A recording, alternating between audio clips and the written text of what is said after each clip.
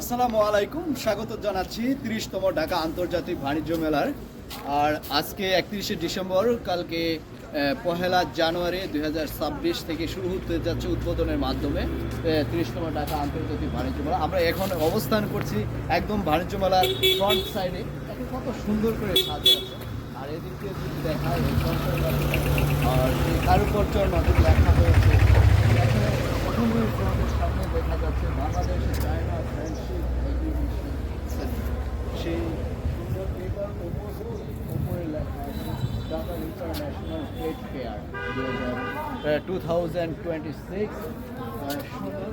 কারণ পূর্ব প্রস্তুতির ব্যস্ততম এই বাণিজ্য মেলা এরিয়াটা চলছে। এখন নিরাপত্তার জন্য আইন শৃঙ্খলা মানুষ এখানে অবস্থান করছে, আর ভিতরে সাজানোর জন্য ডেকোরেশনগুলো কমপ্লিট করার জন্য ব্যতিব্যস্ত হয়ে উঠছে। আমি ভিতরটা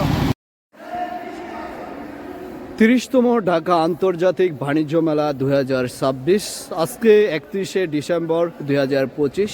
আগামীকাল পহেলা জানুয়ারি ২০২৬ আগামীকাল উদ্বোধন হতে যাচ্ছে ঢাকা আন্তর্জাতিক বাণিজ্য মেলার।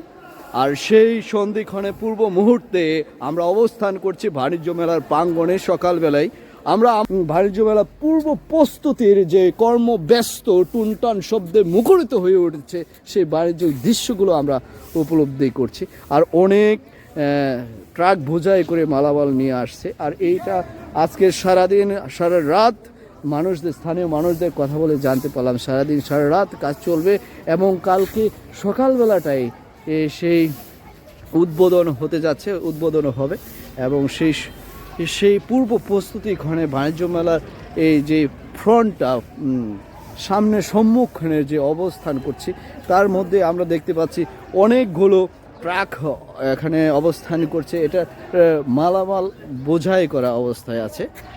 আর সেই সম্মুখীনে সুন্দর একটি ফুলের চারা স্টপ এখানে লক্ষ্য করা যাচ্ছে, অসম্ভব সুন্দর লাগছে। যখন আমাদের প্রথমে ৩০তম ঢাকা আন্তর্জাতিক বাণিজ্য মেলার ঢোকার পথে আমাদের এই ফুল দিয়ে স্বাগত জানাবে, আর সেই সুন্দর দৃশ্যটাকে আমি আপনাদের মাঝে তুলে ধরার চেষ্টা করছি। আর এর মধ্যে দিয়ে আমি যদি আরেকটা বিষয় দেখাচ্ছি, এখানে অজস্র মানুষ, অনেক মানুষ এই পূর্ব প্রস্তুতি এই সুন্দর করে সাজানোর জন্য সকাল থেকেই তারা ব্যস্ত হয়ে উঠেছে।